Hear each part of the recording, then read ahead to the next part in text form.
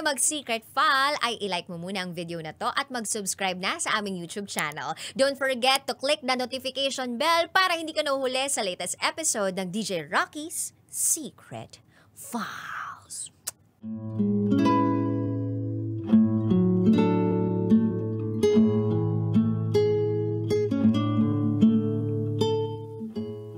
And now, it's time for DJ Rocky's Secret Files.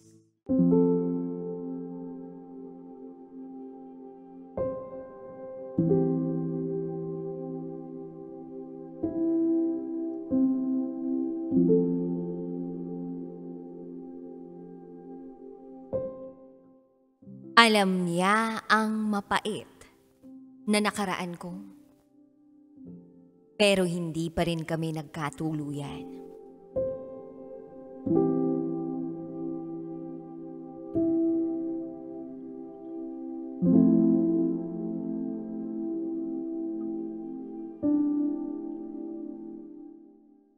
Hi DJ Rocky. Palagi akong nakikinig sa mga secret file mo. Kaya naglakas loob na rin ako na isulat ang sarili kong kwento. Itago mo ako sa pangalang Elise, 23 years old. At ito, ang aking secret file. Hindi ko alam kung paano sisimulan ang lahat. Hindi rin kasi ako magaling magkwento. Pero susubukan ko ha. At sana, hindi niyo ako husgahan. Hindi maganda ang nakaraan ko. At hanggang ngayon, bit-bit ko ang mapait at masalimuot kong nakaraan. Sa kabila ng pangit kong nakaraan, may taong nakinig at tumanggap sa akin ng buong buo. At si Nel yun. Si Nel, my greatest love, my totga. Taong 2017, sumama ako sa tita ko papuntang Maynila para magbakasyon. Kasama ko noon ang kapatid ko. Noong patapos na ang bakasyon namin dahil magpapasukan na, umuwi yung kapatid ko sa probinsya. At naiwan naman ako sa poder ng tita ko. Kasi pag-aaralin daw niya ako. Hindi naman kami kapos sa buhay. Pero dahil sa kagustuhan ko rin na mag-aral sa Maynila, pumayag ako. Wala rin kasing kasama noon si tita. Siya lang at ang baby niyang 1-year-old pa lang. That time, wala rin doon ang asawa niya. Pero ang pinaka hindi ko malilimutan na araw ay ang gabi bago umuwi ang kapatid ko pabalik ng probinsya. Yun din kasi ang gabi na dumating ang asawa ng tita ko doon sa bahay nila. Dito rin nagsimula ang kalbaryo ng buhay ko. That time, I was 14 years old, turning 15. Grade 10 ako dati. Ganyan ako kabata. Noong pinagsamantalahan ako. Nino? Ng asawa ng tita ko.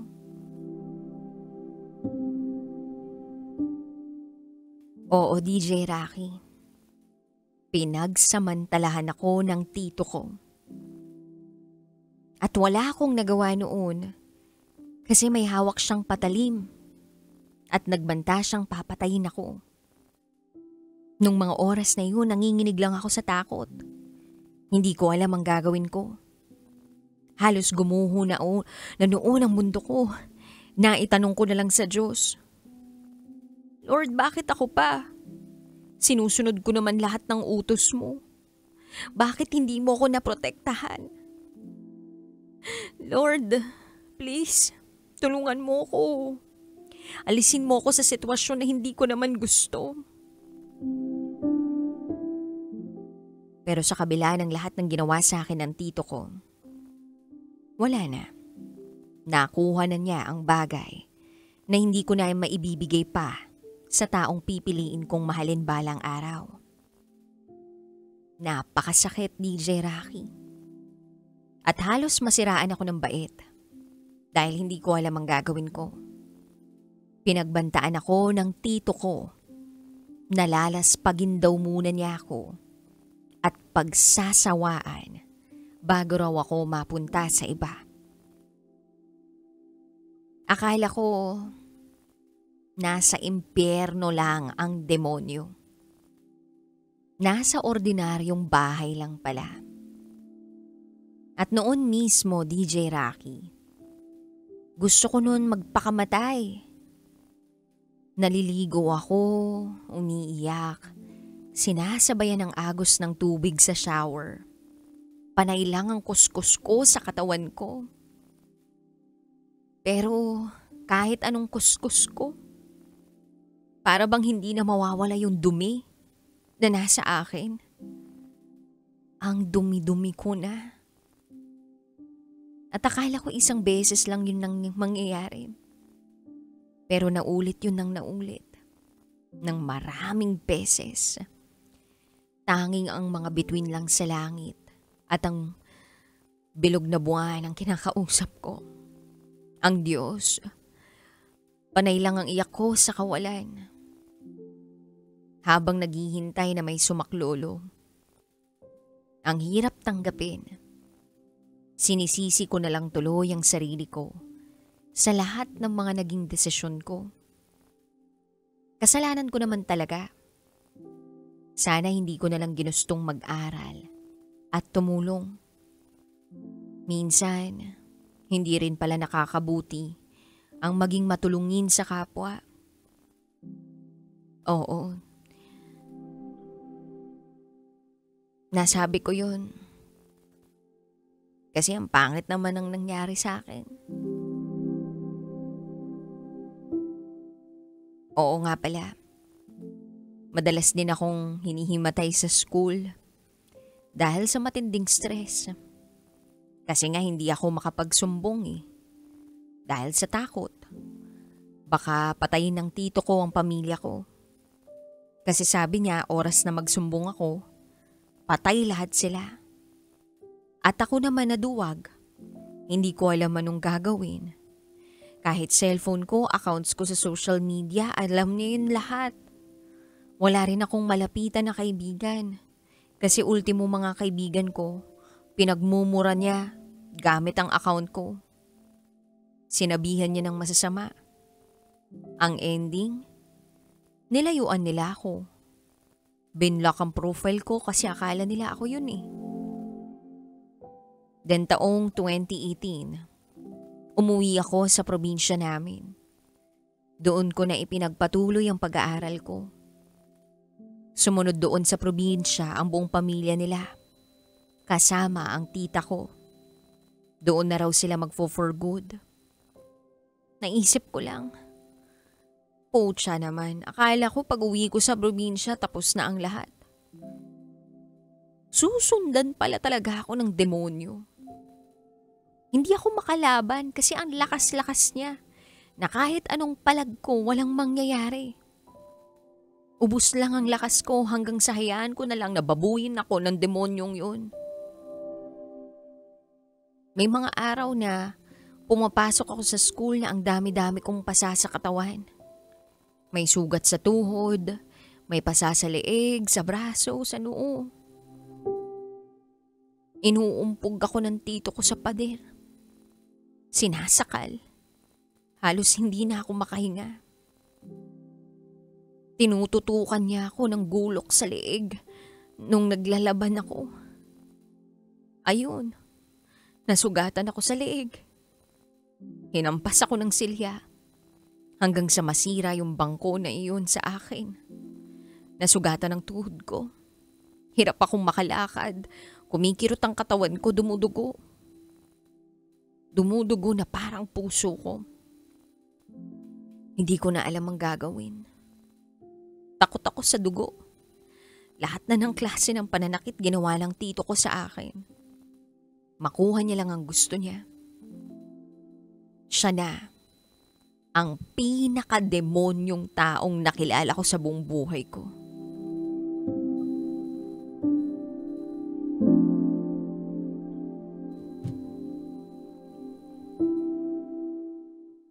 Maraming beses na rin akong sumubok.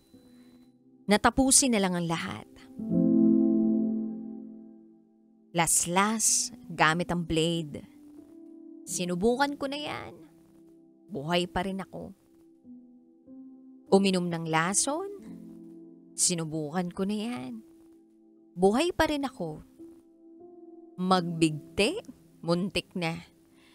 Kaso may nakakita sa akin kaya hindi natuloy. Buhay pa rin ako. Lahat yan, bigo. Hindi ako namatay. Nakakainis. Bakit kasi ganito pa ang nararanasan ko sa buhay? Ang bata ko pa. Para sa mga ganung bagay. DJ Rocky, habang buhay ko, nabit-bit ang sakit sa lahat ng kababuyan ng tito ko sa akin. Then December 2018, umuwi yung mga kaibigan ko galing ng Maynila. Pinuntahan nila ako sa bahay. Niyaya akong kumain sa labas. May isa sa kanila na nakapansin sa wrist ko. May laslas ang kamay ko. Sabi niya, tanggalin ko raw ang bandage kasi ang pangit tingnan. Tinanggal ko. Medyo nagilom na yung sugat. At sa taong yun, doon ko unang naramdaman na meron akong kakampi. Yun si Nel. Siyang una kong naging close na kaibigan. Pagkatapos, niyaya ako nila Nel na kumain at lumabas, magkwentuhan at magpunta sa simbahan sa lugar namin. Dito nagsimulang maging active ako sa simbahan namin. Dito ko unang naramdaman uli na masaya ang buhay ko. Walang problema. Sana ganun lagi, DJ Rocky. Sana ganun lagi. Then year 2019, bumalik noon si Nel sa Maynila para ipagpatuloy ang pag-aaral niya. Akala ko titigil na ang communication naming dalawa. Pero lalo pa pala itong mas magiging makabaluhan. Lalo na noong August 2020, sumapit ang 18th birthday ko. Nakatanggap ako ng greetings galing kay Nel. Doon na nagsimula ang storya namin mula sa pagkakaibigan na nauwi sa isang mas malalim na relasyon. Nagkakausap kami araw-araw, gabi-gabi. Umaabot pa kami ng madaling araw na magka-video call o phone call, text at chat na para bang matagal na talaga namin kilala ang isa't isa. Samantalang, bihira naman kami noon magpansinan. Noong mag-usap na uli kami, mag-iisang linggo pa lang kami noon. Pero halos hindi na kami maubusan ng pag-uusapan.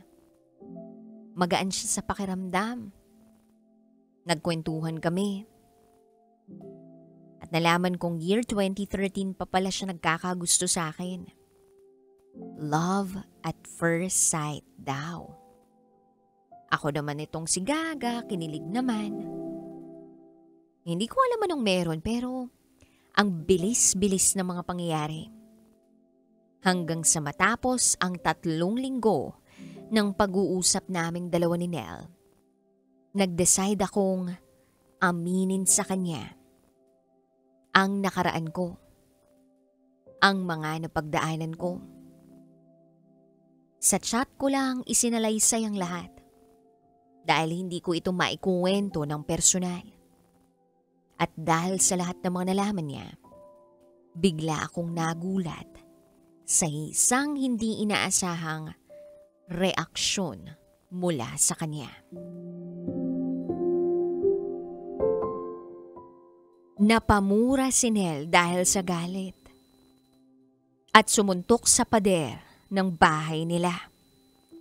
Hindi siya nag-aksaya ng panahon. Tinulungan niya ako. Gumawa siya ng paraan. Kinumbinsi niya akong kausapin ang mga magulang ko at isumbong sa kanila ang kababuyan na ginawa sa akin ng tito ko. Si Nel mismo ang tumulong sa akin na kumausap sa kanila at hindi nagbago ang pagtingin niya para sa akin. Mas lalo niya akong sinuportahan at mas lalo rin niyang ipinakita ang pagiging consistent niya sa relasyon namin. Lagi niya akong ino-update kapag may lakad siya.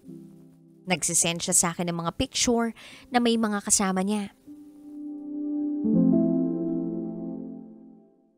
DJ Rocky, ang swerte ko kay Nel. Kasi kahit anong pait ang dinanas ko, nagawa pa rin niya akong tanggapin at mahalin. Sobra pa sa sobra.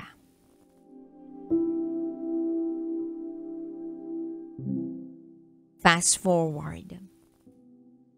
Nasampahan na namin ang kaso ang tito ko. Pero hindi ko na napakialaman ang usad ng kaso. Dahil ang mga magulang ko na lang ang nakipag-usap sa tito ko. At parang hindi na nila noon ipinapaalam sa akin ang mga detalye sa kaso. Kasi dumating na rin sa puntong na-depress ako. Gabi-gabi ako noon na umiiyak. At grabe na rin ang ipinayat ng katawan ko. Diyos na lang ang karamay ko. Ang nagsisilbing lakas ko. Fast forward taong 2021. Nakauwi na si Nel sa probinsya namin.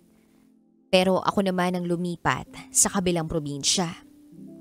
Hindi na naman kami nagkatagpo. Pero sabik pa rin kaming makapiling ang isa't isa. Mahal pa rin namin ang isa't isa. Wala nga lang talaga kaming label. Noong August 2, 2021, nagkita kami ni Nel. Kasama ko si Papa at yung isa kong kapatid. Ang dami niyang iniregalo sa akin. Ipinagpaalam pa niya kay Papa kung pwede niya raw akong yakapin. Pumayag naman si Papa. Umiiyak si Nel noong nakita niya ako. Inarbor niya patuloy yung panyo ko. Tuloy pa rin kaming nagplano para sa future namin, DJ Rocky. Consistent siya doon. Hinding-hindi niya raw akong iiwan at hinding-hindi niya raw ako pababayaan. Lagi niya raw akong isinasama kung saan man siya pumunta. Para alam niya na safe talaga ako. Fast forward. Akala ko hindi na magbabago yung consistency ni Nel sa relasyon namin. Pero mali ako ng akala. Unti-unting may nagbago. May ipinakilala siya sa akin na babae. All good sa umpisa pero ang ending, niloko si Nel nung babae. Oo, niloko siya. Umiyak kami pareho. Ang mas masakit sa parte ko umiiyak ako sa sobrang sakit dahil hindi ko masabi sa kanya na nandito naman ako. Bakit pa siya naghahanap ng iba? Yung ganun ba? Andito ako eh. Bakit parang wala na lang ako sa'yo ngayon? Yung ganun ba, DJ Rocky? May pasabi-sabi pa siya sa akin noon na lagi niya akong isasama kung saan man daw siya pumunta para alam niyang safe ako. Hindi niya ako pababayaan. Hindi niya ako iiwan. Gusto ko siyang sumbatan kasi minsan pinaparamdam niya sa akin na mahal niya ako. Tapos minsan hindi naman. Ang labo. Mixed signals. Pero hinayaan ko na lang. Nag-go with the flow na lang ako. Hanggang sa may nanligaw naman sa akin. Panahon pa rin ito ng pandemya. Pero hindi na ganun kahigpit. Gumala kami noong manliligaw ko. Sabi ko puntahan namin si Nel, yung best friend ko. Pinuntahan naman namin. At oo, ang dami kong regalo. Regalo galing mismo kay Nel. Puro mga paborito ko. Wala akong pakialam noon kahit makita ng manliligaw ko yung mga bigay niya. Niyakap ko si Nel nung magkita kami at saka ko pinakilala sa kanya yung nanliligaw sa akin. Tapos biglang sabi sa akin ni Nel, lumayo muna raw ako at mag-uusap sila nung manliligaw ko. Hindi niya sinabi sa akin kung ano yung napag-usapan. Pagkatapos nun, okay na uli. May bago na palang nagugustuhan si Nel. Ganyan kami ka-open. Nasanay lang din ako sa kanya. Sa mga mixed signal niya sa akin. Hindi ko na naman siya mapilit, kaya hinayaan ko na lang. Then fast forward to 2022. Madalang na kami mag-usap. Nakauwi na rin ako noon sa probinsya namin. Face-to-face na ang pasok sa eskwelahan. Nalipat na rin si Nel malapit sa amin. Pero hindi kami magkasama. Okay naman, masaya. Isang beses, bumisita siya sa bahay. Nangumusta. Nag-lunch kami. Pero alam mo yun, DJ Rocky, hindi na gaya dati. Bihira na lang talaga kaming mag-usap kasi nga, may iba na siyang pinupursu. Alam ko rin yun dahil nga open siya sa akin sa mga ganong bagay. Hindi ko alam. Pero noong year 2023, feeling ko nadaya ako ng tadhana. Nalaman ko na ikinasal na si Nel sa iba. Grabe ang bilis ng panahon. Pinagtagpo kami pero hindi pala kami yung itinadhana. Akala ko siya yung nakalaan para sa akin. Ang perfect na kasi namin noong umpisa. Akala ko okay na. Pero hindi ko alam ikakasal na pala siya. Nagulat ako kasi naimbitahan ako eh. Pero hindi ako pumunta. Na-inform lang ako. Sa mismong wedding lang nila. Hindi ko alam ang gagawin. Pagninig lang sa katawan ng naramdaman ko. Sa isip ko noon, ako dapat yung kasama sa altar eh. Ako dapat yung forever niya. Anyari, bakit? Sobrang daming what ifs. Wala, nag-message na lang ako sa kanila ng congratulations. Pero pagkatapos nun, no contact na kami. Binlock ko si Nel sa lahat ng social media ko, except sa Instagram. Hindi ko lang kasi lubos maisip kung bakit nangyari yun. Mahal naman namin ang isa't isa.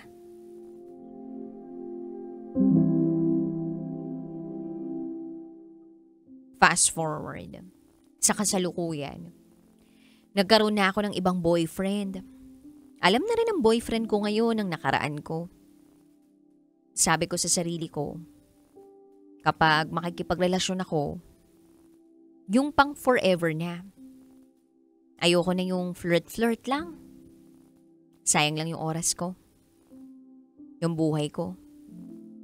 Ilalaan ko na naman sa iba tapos mauuwi lang uli sa wala. Ayoko na. Seryosohan na ang kailangan ko.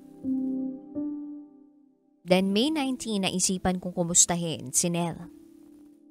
Wala lang, sumagi lang talaga siya sa isip ko. Random lang. Nag-reply naman siya. May baby na raw sila ng wife niya. 6 months old na yung bata. Then sabi ko masaya ako para sa kanila. Pero deep inside, may kirot pa rin, DJ Rocky. Then napagkasunduan namin ni Nel na magkita uli sa huling beses. Para magkaroon kami ng closure. June 18, tumakas si Nel mula sa asawa niya. Sabi niya, pupunta lang siya sa opisina. Ako naman nagpaalam din sa boyfriend ko na maghahanap lang ako ng mapapasukang trabaho. Tapos nagkita kami ni Nel. Isinakay niya ako sa service niya. Bumiyahe kami ng medyo malayo, 30 minutes ang biyahe. Narating namin ang isang ilog na malapalawan ng ganda. Masarap sa pakiramdam, kalmado, payapa ang lahat. Mahangin, maraming ibon at mga paru-parong nagliliparan. Parang kami lang yung tao doon. Nag-usap kami. Maganda pa rin daw ako. Naungkat namin yung mga nakaraan. Nakakamiss, nakakaiyak. Marami din pala siyang what if. Parehas lang kaming umiiyak. Kasi mahal na mahal pa rin pala namin yung isa't isa. Kaso hindi na nga pwede. Sana, kami raw ang nagkatuluyan sa dulo. Sana ako raw yung makakasama niya habang buhay. Pero wala, talo kami. Kasi hindi kami ang itinadhana. Miss na miss namin ang isa't isa. Pero hindi namin pwedeng ipilit ang mali. Isang mahigpit na yakap. Yun lang ang tanging naibigay namin sa aming mga sarili. Tapik sa mga balikat namin para mapanatiling komportable kami sa isa't isa. Tanong ko sa kanya, okay ka lang ba? Magaan ba ang pakiramdam mo na? Sabi niya, okay na raw siya. Sorry. Kasi mahal niya raw ako. And thank you daw sa lahat. Hanggang sa hindi ko na natiis na itanong sa kanya kung ano yung napag-usapan nila ng boyfriend ko nung magkita-kita kami. Ang sabi niya, wag raw akong saktan. Kasi mahal na mahal niya raw ako. Hinatid ako ni Nel pa uwi. Pagdating ko sa bahay, akala ko magiging okay na ako sa closure namin. Hindi pa rin pala. Kasi masakit pa rin pala talaga. Nakakaiyak. Para akong pinipiga sa sakit. Di ako makatulog. Halos 1 linggo na akong umiiyak. Feel the pain, ika nga raw. Hanggang mawala. Lahat sa pagtulog. Yun din naman ang ginawa ko. Then wala na kaming kontak ulit. Nagpadala siya ng huling mensahe. At itinago ko yun sa cellphone ko. Hindi ko na rin binura. Kay Nel ko naramdaman yung pagmamahal na walang makakapantay na kahit sino man. Kaya para kay Nel, na naging greatest love ko, ang totga ko. Salamat dahil isinalba mo ko noon mula sa pagkakalugmok sa kademonyohan ng tito ko. Minahal mo akong tunay at ikaw rin ang tumayong best friend ko. Lagi kang may puwang sa puso ko. Mahal na mahal pa rin kita, Nel. At paalam. DJ Rocky, maraming salamat sa pagpapaunlak na maibahagi sa radyo ang kwento ko. Hanggang dito na lang. Muli, ako si Elise. At ito, ang aking secret file.